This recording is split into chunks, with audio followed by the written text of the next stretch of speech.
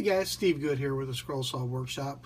This is not going to be my typical scroll saw related video. This is going to be for the people out there who are using my patterns on their laser cutters. And I have quite a few people who do that, and I've also used my laser cutter for this product that you see right here. I make these little personalized signature coins for people, and I cut these out almost every day. And as you can see, I engrave the custom signature onto the front of the coin, and then they're designed to where there's two little tabs to where when you twist them they just pop out.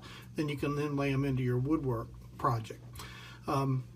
These things take me quite a bit of time to do, and there's a problem that I've run into ever since I've been making these that's a real challenge, and that problem is I don't always get a 100% perfect cut with my 45 watt laser, even in this 1/8 inch thick Baltic birch plywood.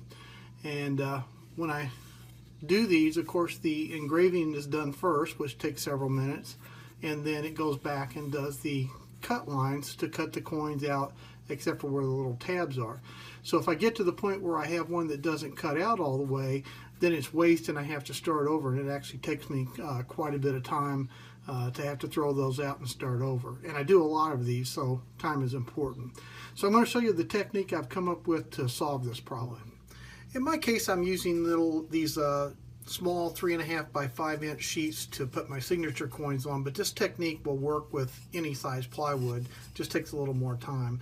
Now if you can see from this plywood, it looks perfectly normal. The ply looks good all the way around, no obvious voids or anything, but I know I'm going to have to discard this one because with the technique I'm going to use, I can prove that it will not be a successful cut.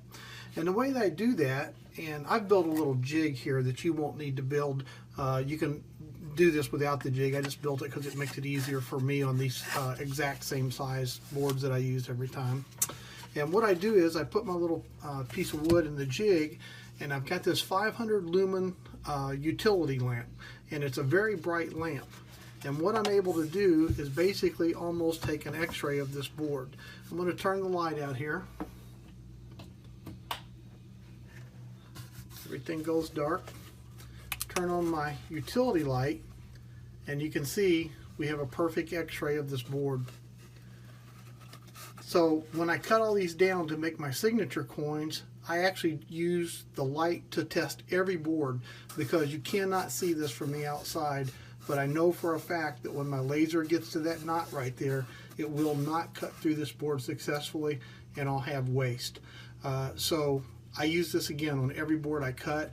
If I'm going to use a larger board for a different project, I just move the light behind the board with the lights out until I make sure it's clean. And I just discard all these bad boards and use them for something else. So I know a lot of you out there cut this 1/8 inch thick material on your lasers, and you've probably run into this same problem. And this is just a real little quick technique that I've found that works really well for weeding out the bad boards. I'm Steve Good. Thanks for being here with me at the Scroll Saw Workshop. Catch you next time.